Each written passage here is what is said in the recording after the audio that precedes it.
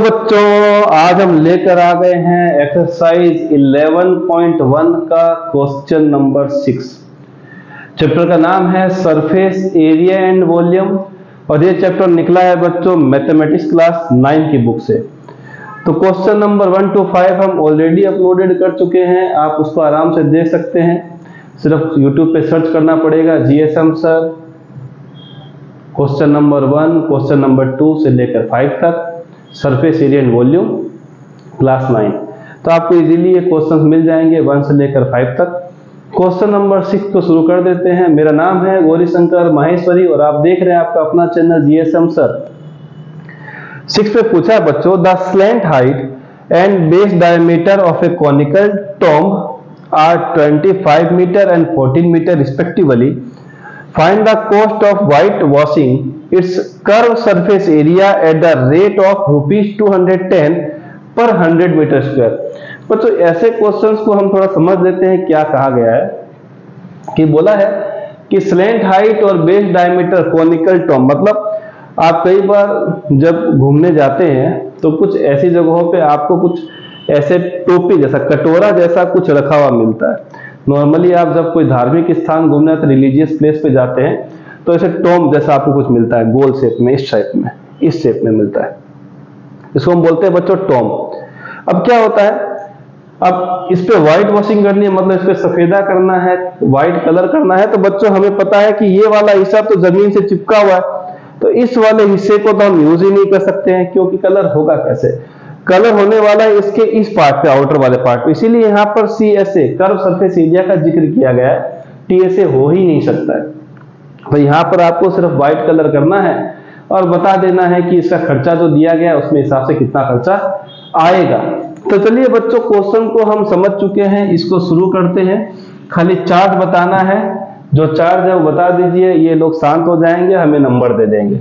तो चलिए बच्चों सॉल्यूशन पे आते हैं। ये लीजिए, स्लैंट हाइट दिया है तो लिख देते हैं स्लैंट हाइट, ये होती है बच्चों L, स्मॉल l से रिप्रेजेंट करते हैं।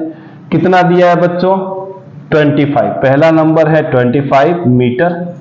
दूसरा बच्चों दिया है डायामीटर, डायामीटर और बेस। डायामीटर दिया है बच्चों कितना? 14 मीटर। तो रेडियस की कहानी होती है डायमीटर का हाफ। तो रेडियस जिसको बच्चों हम रिप्रेजेंट करते हैं स्मॉल r से, वो हो जाएगा 14 डिवाइड बाई 2, 7 मीटर। ये काम हो गया।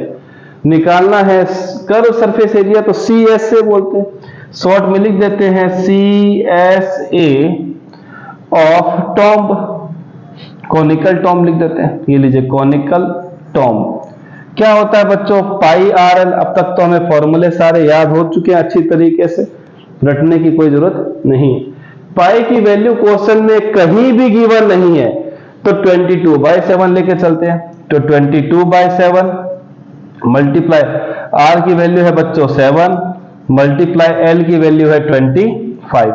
ये 7 से 7 कैंसिल हो गया। अब हम मल्टीप्लाई कर देते हैं 25 को 22 से। कहां कर दिया जाए बच्चों? यहीं पर 22 से, तो ये मिलेगा 50, फिर आ गया बच्चों 50, मिल जाएगा 550। क्या बात है, मिल गया 550 मीटर स्क्वायर एरिया है। तो बच्चों किसमें आएगा? स्क्वायर में। वीडियो देख लिया जाए। चलिए, काफी अच्छी तरीके से दिख रहा है, कोई परेशानी फिलहाल नहीं है। एरिया बच्चों आ गया 550 मीटर स्क्वायर। इस वाले पार्ट को हम थोड़ा सा मिटा देते हैं। चलिए ठीक है सर, पर हमें एरिया के बाद निकालना था चार्ज। तो हम आ जाते हैं बच्चों चार्ज पे। यही लिख दिया जाए, छोटी सी जगह पे हम लिख देते हैं कॉस्ट ऑफ व्हाइट वॉशिंग। यहां मजा नहीं आएगा बच्चों, मैं इस वाले पार्ट को हटा दूं, कोई दिक्कत तो नहीं है, नोट हो गया होगा। थोड़ा बड़ा लेके चलते हैं, बड़ा सोचेंगे तो बड़ा आंसर आएगा। चलिए ठीक है, यहां आते हैं बच्चों, कॉस्ट ऑफ व्हाइट वॉशिंग पर 100 metre square area, 100 metre square area is equal to कितना बच्चों? ₹210। ध्यान रखिएगा, 100 मीटर स्क्वायर एरिया का जब व्हाइट वॉशिंग करते हैं तो 210 आता है। अब एक बात और ध्यान रखिए बच्चों, जो चीज नोन है वो इक्वल के लेफ्ट हैंड में ये आ जाता है यूनिटरी मेथड। मेथड का नाम है यूनिटरी। यूनिटरी क्यों है मैं दूसरी वाली लाइन पे आपको समझाने वाला हूं, पर याद ये रखिएगा जो वैल्यू गिवन है उसको लिखना है लेफ्ट में, जो फाइंड कर रहे हैं वो लिखना है राइट में। हमें क्या फाइंड करना है बच्चों? कॉस्ट फाइंड करनी है। फाइंड करनी है कॉस्ट मतलब रुपीज फाइंड करने हैं, तो हमने इसको कहां लिखा है?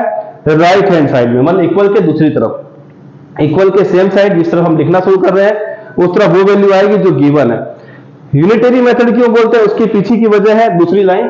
तो हम लिखते हैं कॉस्ट ऑफ व्हाइट वॉशिंग पर 1 मीटर स्क्वायर एरिया, ये हो जाएगा बच्चों आपके पास 210 डिवाइडेड बाय 100। यूनिटरी इसके लिए बोलते हैं क्योंकि आप इसमें एक यूनिट की वैल्यू लेके चलते हैं, एक की वैल्यू लेके चलते हैं, जो कि दूसरे नंबर कॉलम में आता है। आपने क्या किया? 210 के नीचे इस 100 को यहां पर लिख के छोड़ दिया, पर हमें निकालना है 550 मीटर स्क्वायर एरिया का चार्ज। अब देखते हैं कॉस्ट ऑफ व्हाइट वॉशिंग पर 550 मीटर स्क्वायर एरिया। तो अब बच्चों जो तीसरा नंबर है, मैंने बोला था कि जो आपको पता हो, तो हमें एरिया के बारे में पता था इसीलिए हमने एरिया को कहां लिखा? लेफ्ट हैंड, इक्वल के लेफ्ट हैंड में। राइट में क्या लिखते हैं? जो हमें ढूंढना है। हम क्या करेंगे बच्चों? 210 डिवाइड बाय 100, और जो 550 है वो चला जाएगा बच्चों मल्टीप्लाई में। ये लीजिए, एक जीरो से एक जीरो, यहां से एक कैंसिल, तो 21 इंटू 55 मल्टीप्लाई कर लेते हैं, और ये वाला पार्ट को भी मैं अब मिटा देता हूं, हमारा इसका काम नहीं रहा। तो हम लिखते हैं बच्चों 55 मल्टीप्लाई बाय 21, तो मिलेगा 55, यहां आ जाएगा 10, यहां आ जाएगा 11, 5511 मिलेगा बच्चों रुपीज 1155। ये आपका चार्ज आ गया बच्चों जब आप 550 मीटर स्क्वायर एरिया को कलर करते हैं, व्हाइट वॉशिंग करते हैं। तो लिख देते हैं यहां पर फाइनल टच जो देना है हमें, hence cost of white washing curve surface area sorry curved surface area of Tom is कितना आ जाएगा बच्चों? रुपीज 1155। ये था इस क्वेश्चन का फाइनल आंसर। स्टेटमेंट को जरूर मेंशन कीजिएगा ताकि जो चेक कर रहा है उसको मजा आ जाए और आपको लिखने में मजा आ जाए। प्रैक्टिस करते रहिए। मिलते हैं नेक्स्ट वीडियो में।